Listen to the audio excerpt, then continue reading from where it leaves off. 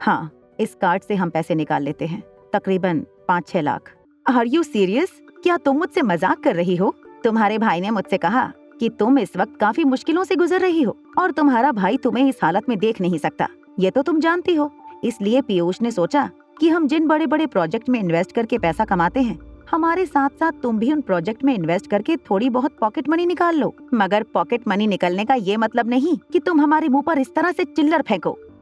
आखिर तुम लड़का क्यों बनना चाहती हो?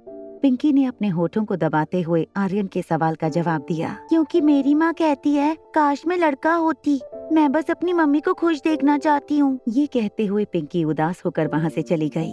कुछ देर में स्कूल का दिन खत्म हुआ। गेट पर श्रेया आर्यन को पिक करने आई थी। कार में बैठते ही आर्यन ने बहाना बनाते हुए श्रेया से कहा, वो मैं अपने कुछ किताबें बलबीर सर की एकेडमी में भूल गया हूँ, मेरा मतलब है भूल गई हूँ। आर्यन की इस बात पर हंसते हुए श्रेया ने कहा, आज सुबह से हो क्या गया है तुम्हें? किताबें भूल गई वो तो ठीक है, तुम ये भी भूल गई कि तुम एक लड़की हो। ठीक है, घर चलने से पहले हम पहले बलबीर सर की एकेडमी जाएंगे। बलबीर सर की एकेडमी में पहुंचने के बाद कार के रुकते ही आर्यन जल्दी से कार का दरवाजा खोलकर अंदर की ओर दौड़ गया। तभी श्रेया ने देखा ठीक उसके बगल में एक कार आकर रुकी। कार से उतरकर रोहित बलबीर सर की एकेडमी के अंदर जाने लगा। जैसे ही रोहित एकेडमी के वेटिंग एरिया की ओर पहुँचा, उसने देखा कि लगभग आर्यन जैसा दिखता हुआ एक बच्चा दौड़कर उसकी ओर आ रहा था। मगर वो ये जानकर हैरान हो गया कि उस बच्चे ने एक लड़की का स्कूल यूनिफॉर्म पहना हुआ था। रोहित ने अचानक उस बच्चे को दोनों कंधों से पकड़कर हैरान होते हुए पूछा, आर्यन तुम? रोहित के चेहरे का रंग पूरी तरह से उड़ गया था। वो समझ नहीं पा रहा था कि आर्यन के इस बर्ताव का वो क्या करे। उसका बेटा अभी अभी उसके सामने लड़की के कपड़े पहनकर आया था। श्रेया, जो अभी भी कार में बैठी रिया के वापस आने का इंतजार कर रही थी, रोहित को देखकर चौंक गई। रोहित की बाहों में रिया को देखकर श्रेया दंग रह गई। वो जब अपनी इस शौक से बाहर आई, जल्दी से कार से उतरकर रोहित पर चिल्लाने लगी, ये क्या कर रहे हैं आप? रुको वहाँ पर, रुक जाइए मैं कहती हूँ। अपनी कार की ओर आगे बढ़ रहा रोहित अचानक रुक गया और हैरानी से श्रेया की ओर देखने लगा। श्रेया किसी तरह रोहित तक पहुंचकर रिया को रोहित से छीनकर अपने पास वापस लेना चाहती थी। तेजी से अपने कदम रोहित की ओर बढ़ाते हुए श्रेया ने कहा, किसी बच्ची को इस तरह तुम किडनैप कैसे कर सकते हो? तुम जैसे लोगों को कानून का डर ही नहीं है। तभी अचानक आर्यन ने जोर से रोहित को कहा, क्या हुआ डैडी? ये आंटी इस तरह क्यों चिल्ला रही है? ये सुनकर श्रेया हैरान रह गई। श्रेया को लग रहा था कि आखिर क्यों रिया इस आदमी को डैडी कह रही है। अचानक ही श्रेया को इस बात का एहसास हुआ कि जब उसने अनिका से कुछ दिनों पहले बात की थी, तब अनिका ने श्रेया से ये कहा था कि उसे उसका खोया हुआ बेटा मिल गया है। ये सब सोचते हुए अचानक ही श्रेया का ध्यान एकेडमी की मेन एंट्रेंस पर पड़ा, जहाँ पर उसने देखा कि नन्ही रिया लड़कों के कपड़ों में दरवाजे के पीछे छुपकर उसे कुछ इशारा कर रही थी। ये सब देखकर श्रेया पूरी तरह से हैरान रह गई थी। मगर अपनी हैरानी से बाहर निकलते हुए श्रेया ने अटकती हुई आवाज में रोहित से कहा,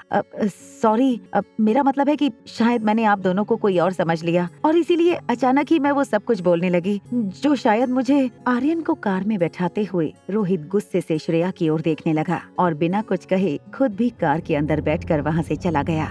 उन दोनों के जाने के बाद रिया दौड़कर बाहर आई और श्रेया से कहने लगी, छोटी मम्मी, आज तो मुझे लगा था कि हमारा भांडा जरूर फूट जाएगा। आपको पता है मैं कितना डर गई थी। श्रेया फटी हुई आंखों से बस रिया को देखे जा रही थी। रिया ने अपनी छोटी मम्मी का हाथ पकड़कर उसे गाड़ी में बैठाते हुए कहा, आप गाड़ी के अंदर बैठिए, मैं आपको सब कुछ समझाती हूँ। रास्ते में नन्ही रिया ने अपनी छोटी मम्मी श्रेया अय्यर को आर्यन और रिया के बीच चल रही इस अदला बदली के बारे में सब कुछ बता दिया। श्रेया अय्यर समझ नहीं पा रही थी कि इतने छोटे बच्चों में इतनी हिम्मत और इतनी अकल आई कहाँ से। श्रेया बड़ी मुश्किल से अपना ध्यान ड्राइविंग पर रख पा रही थी। तभी श्रेया के कंधे पर रिया ने अपना नन्हा सा हाथ रखकर कहा, आप इतनी ब्यूटीफुल हैं, सॉफ्ट हैं, जेंटल हैं, इतनी अंडरस्टैंडिंग है। मुझे पता है कि आप मेरी इस रिक्वेस्ट को जरूर मानेंगी और मुझे ये भी पता है कि आप अपनी नन्ही सी रिया को मम्मा के हाथों पिटते हुए भी नहीं देख सकेंगी, क्योंकि आप दुनिया की सबसे प्यारी छोटी मम्मी हैं, है ना? मुस्कुराती हुई श्रेया ने रिया का नाक दबाते हुए कहा, अब इस तरह तुम अपनी छोटी मम्मी को मनाओगी तो दुनिया की कोई ताकत ऐसी नहीं जो मुझे तुम्हारी बात मानने से रोक सके। थोड़ी देर में श्रेया और रिया मल्होत्रा हाउस पहुँच गए। जैसे ही वो लोग बंगले के गेट के अंदर आकर गाड़ी पार्क करने लगे, उन्होंने देखा कि गार्डन में झूले पर अनिका बैठी थी। जैसे ही रिया अनिका के पास दौड़कर आने लगी, अनिका ने रिया को देखते ही कहा, रिया, तुम्हारी स्कूल टीचर ने अभी अभी फोन किया था। मम्मा, वो मैं आपको। इससे पहले कि रिया अनिका को सॉरी कह पाती, अनिका ने अपने दोनों हाथों से रिया के कंधे पकड़ लिए और कहा, तुम्हारी टीचर तो तुम्हारी बहुत तारीफ कर रही थी। आखिर क्या जादू कर दिया है तुमने अपनी टीचरों पर जो तुम्हारी इतनी तारीफ की जा रही है स्कूल में? अपने दोनों हाथ हवा में उछालते हुए रिया ने अपनी माँ से कहा, क्या करूँ, आपने बेटी ही ऐसी पैदा की है जिसकी जितनी तारीफ की जाए उतनी कम है, तो आपको इन सब बातों पर प्राउड फील नहीं होना चाहिए। जैसे ही रिया बंगले तक पहुंची, अनिका ने फिर से उसे रोकते हुए कहा, और हाँ, तुम्हारी स्कूल की टीचरों ने ये भी कहा है कि मेहरबानी करके आपकी बेटी से कहिए कि स्कूल के बच्चों में कोई अंधविश्वास न फैलाए कि कोई लड़का जब चाहे तब लड़की बन सकता है। तुम्हारी स्कूल के किसी यश नाम के लड़के ने आज ऐसी कोशिश की थी, आज तो किसी तरह वो बच गया, मगर आइंदा मेहरबानी करके आपकी बेटी से कहिएगा कि ऐसा कोई अंधविश्वास स्कूल के बच्चों में न फैलाए। अनिका की ये बात सुनकर रिया तुरंत पलट कर कहने लगी, वो तो एक बेवकूफ लड़का है, सिर्फ शरीर से बड़ा है पर दिमाग से अभी भी वो छोटा बच्चा है। ऐसी बात पर कोई कैसे विश्वास कर सकता है। गुलेरिया हाउस। वहाँ करण गुलेरिया के घर पर यश के पापा सिद्धार्थ गुलेरिया यश को डांटते हुए कह रहे थे, कोई लड़का कभी लड़की कैसे बन सकता है, वो भी इस तरह। अगर आगे से तुमने ऐसी कोई बकवास पर यकीन किया या दोबारा से ऐसा कुछ करने की कोशिश की तो इतना याद रखना, तुम्हें इतनी दूर किसी बोर्डिंग स्कूल में भेज दूंगा कि तुम यहाँ अपने परिवार वालों से बात करने को तरस जाओगे। मगर मैं झूठ नहीं बोल रहा हूँ, स्कूल के सब बच्चे जानते हैं। आप चाहो तो पिंकी से पूछ लो, अगर मुझ पर विश्वास नहीं है आपको तो पूछो पिंकी से, मैं सच कह रहा हूँ या नहीं। यश के मुंह से ये बात निकलते ही यश पर गुस्सा कर रहे सिद्धार्थ ने बीच हवा में ही अपना हाथ रोक लिया और सोफे पर बैठे अपने भाई आकाश गुलेरिया की ओर देखा। आकाश ने अपने हाथों में नन्ही सी पिंकी को पकड़ रखा था। जब आकाश ने यश की बात सुनी तो पिंकी की पीठ पर हाथ घुमाते हुए आकाश गुलेरिया ने पिंकी से पूछा, बेटा क्या ये सही कह रहा है? अपनी आँखों को झुकाकर पिंकी ने हाँ में अपना सर हिला दिया। पिंकी का जवाब मिलते ही आकाश हैरान हो गया। आकाश ने पिंकी से फिर से धीमी आवाज में पूछा, क्या आपने रिया को बाथरूम में देखा था? इस बार पिंकी ने ना में अपना सर हिलाया। पिंकी का ये जवाब मिलते ही आकाश को एक बात का यकीन हो गया कि जरूर इन बच्चों को किसी बात की गलतफहमी हो गई है। जैसे ही पिंकी को हाथ में लेकर आकाश सोफे पर से खड़ा हुआ, पिंकी ने धीमी आवाज में आकाश गुलेरिया के कान में कहा, मगर मुझे पता है कि रिया बॉयज टॉयलेट में गई थी। आकाश ने अपनी आवाज ऊंची ही रखते हुए नताशा से पूछा, तुम मेरी बेटी के दिमाग में ये बात क्यों डालना चाहती हो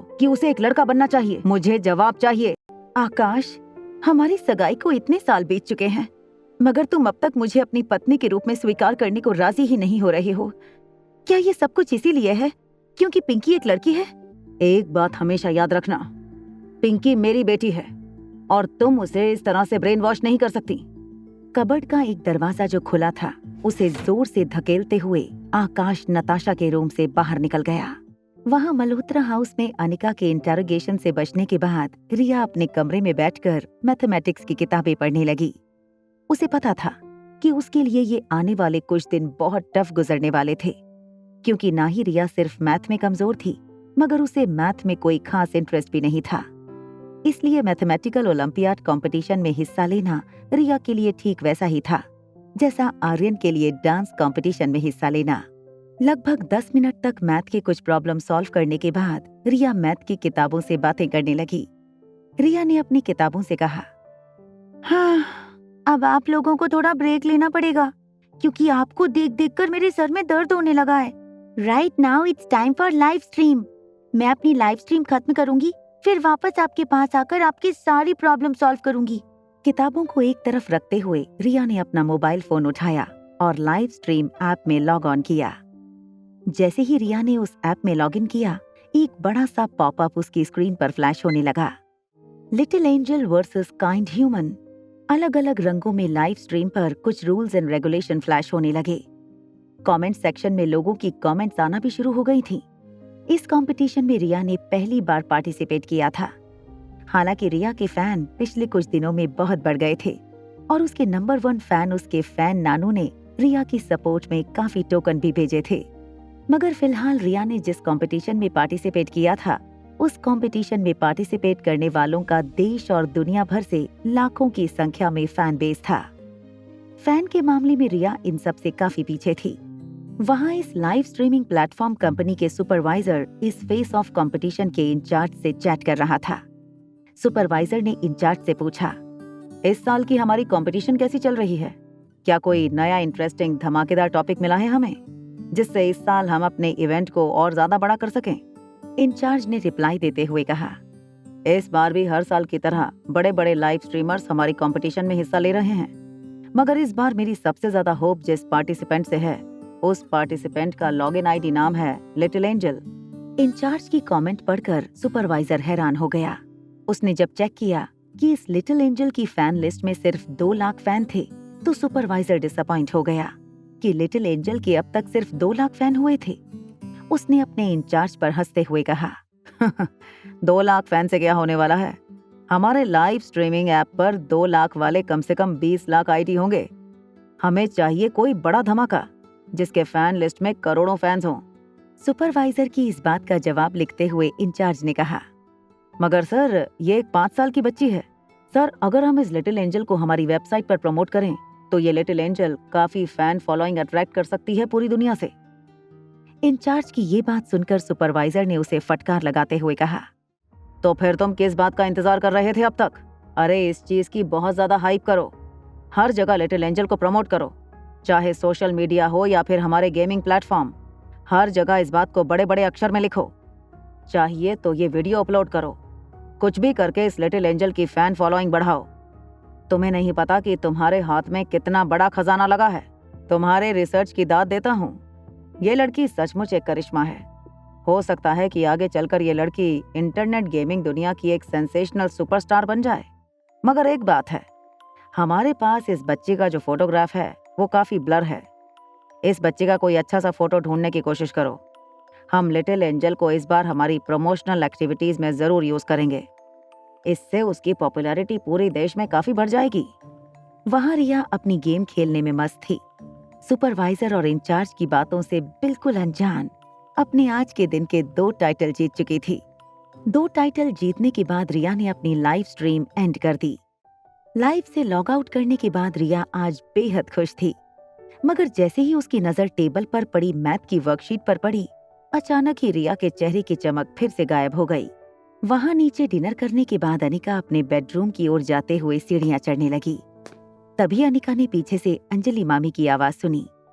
अंजलि मामी किशन मामा से कह रही थी, आपके पास इस वक्त कितने रुपए कैश पड़े हैं? किशन मामा ने अंजलि मामी की बातों का जवाब देते हुए कुछ देर सोचने के बाद कहा, घर में इस वक्त लगभग 4 से 5 लाख कैश पड़े होंगे। मगर क्या हुआ? तुम्हें कितने चाहिए? अंजलि मामी ने कुछ सोचने के बाद किशन मामा से कहा, मुझे कम से कम 8 लाख चाहिए। किशन मामा ने अंजलि मामी की इस बात पर हैरान होते हुए उनसे पूछा, 8 लाख कैश? मगर इतने सारे रुपए तुम्हें क्यों चाहिए, और वो भी अचानक? क्या बात है अंजलि, मुझे बताओ। अंजलि मामी ने थोड़ी झिझक के साथ किशन मामा की बातों का जवाब देते हुए कहा, नहीं नहीं, कुछ नहीं। ये कहते हुए अंजलि मामी वहां से चली गईं। जब अनिका ने देखा अंजलि अपने बेडरूम में गई है तो उनका पीछा करते हुए अनिका भी अंजलि मामी के बेडरूम में चली गई। दरवाजे के पास खड़ी अनिका ने अंजलि मामी को अपने कबर्ड से अपनी कुछ ज्वेलरी निकालते हुए देखा। सारी ज्वेलरी को बिस्तर पर रखकर अंजलि मामी उनकी ओर देखकर कुछ सोचने लगी। तभी अंजलि मामी को इस बात का एहसास हुआ कि उनके कमरे में कोई खड़ा है। जैसे ही अंजलि मामी ने मुड़कर देखा, अनिका ने अंजलि मामी की ओर हैरानी से देखकर पूछा, क्या आप ये जेवर बेचने के बारे में सोच रही हैं?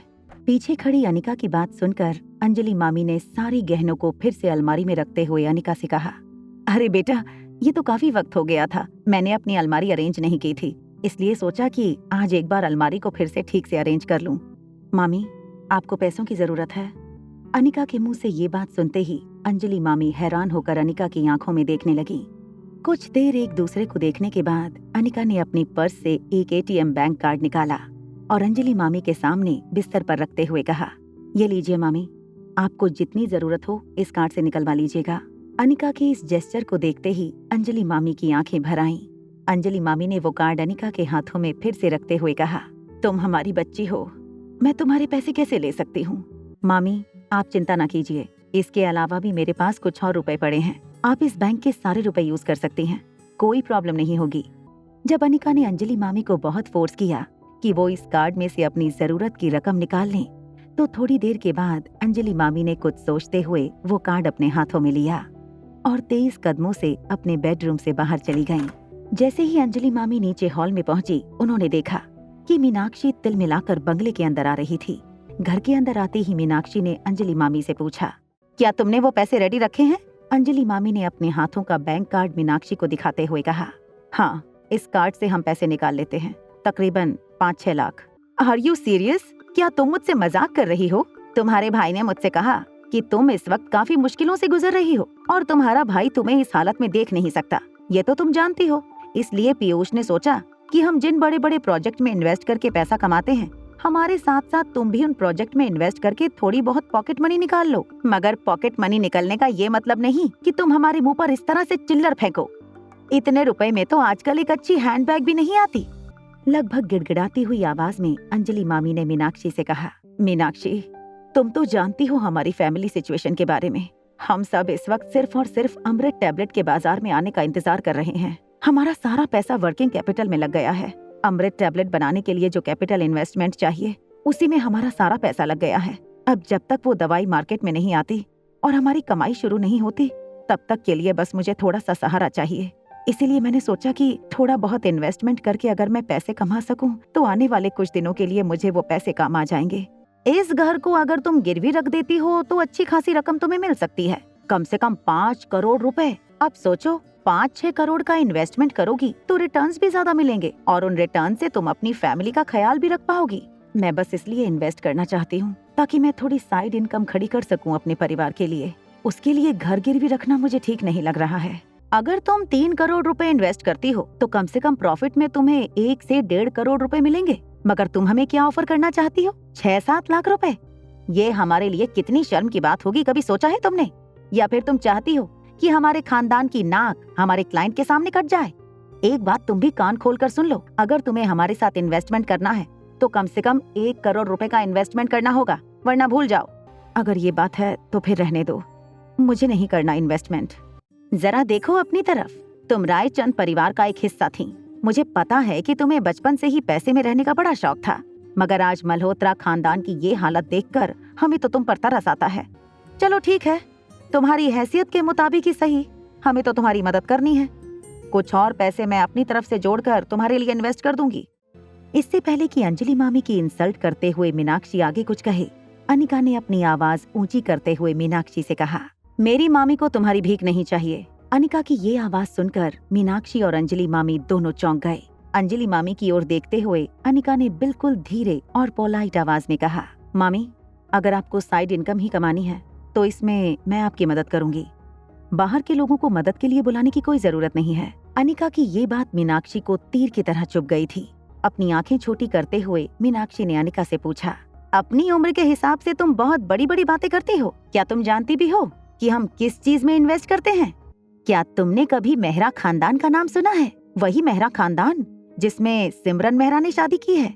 मारवा परिवार ने जब रियल एस्टेट बिजनेस में अपना कदम रखा तो उनके साथ साथ मेहरा खानदान भी उनके कंधे से कंधा मिलाकर अपना बिजनेस रियल एस्टेट में बढ़ाने लगे। अब मेहरा खानदान ने दिल्ली से 50 किलोमीटर दूर एक बहुत बड़ा प्लॉट खरीदा है और हमारे साथ कई ऊंचे खानदान के लोग मेहरा खानदान की इस प्रॉपर्टी प्रोजेक्ट में इन्वेस्ट करने वाले हैं। और ये बात तो सभी जानते हैं कि बस कुछ ही वक्त में उनके इन्वेस्ट किए हुए पैसे कम से कम 4 गुना हो जाएंगे। हमारी इन्वेस्टमेंट की रकम पूरे 25 करोड़ है और तुम चाहती हो कि तुम्हारे ये 7-8 लाख लेकर हम मिस्टर मेहरा से कहें कि वो ये पैसे लेकर तुम्हारी मदद करें, तुम्हें कुछ पैसे कमा कर दें। मीनाक्षी की ये बात सुनते ही डरी हुई अंजलि मामी तुरंत मीनाक्षी के पास गयी और उससे कहने लगी, देखो, मेरे पास ये 2 कार्ड हैं। इन 2 कार्ड में से अगर 15-20 लाख भी निकलते हैं तो प्लीज क्या तुम इन पैसों को उस प्रोजेक्ट में लगाकर हमारी कुछ मदद कर सकती हो? मीनाक्षी ने अपनी नजरें नीचे करके उन दोनों कार्ड की ओर देखा और फिर अंजलि मामी से कहा, अब तुम्हारे भाई ने तुम्हारी मदद करने का फैसला कर ही लिया है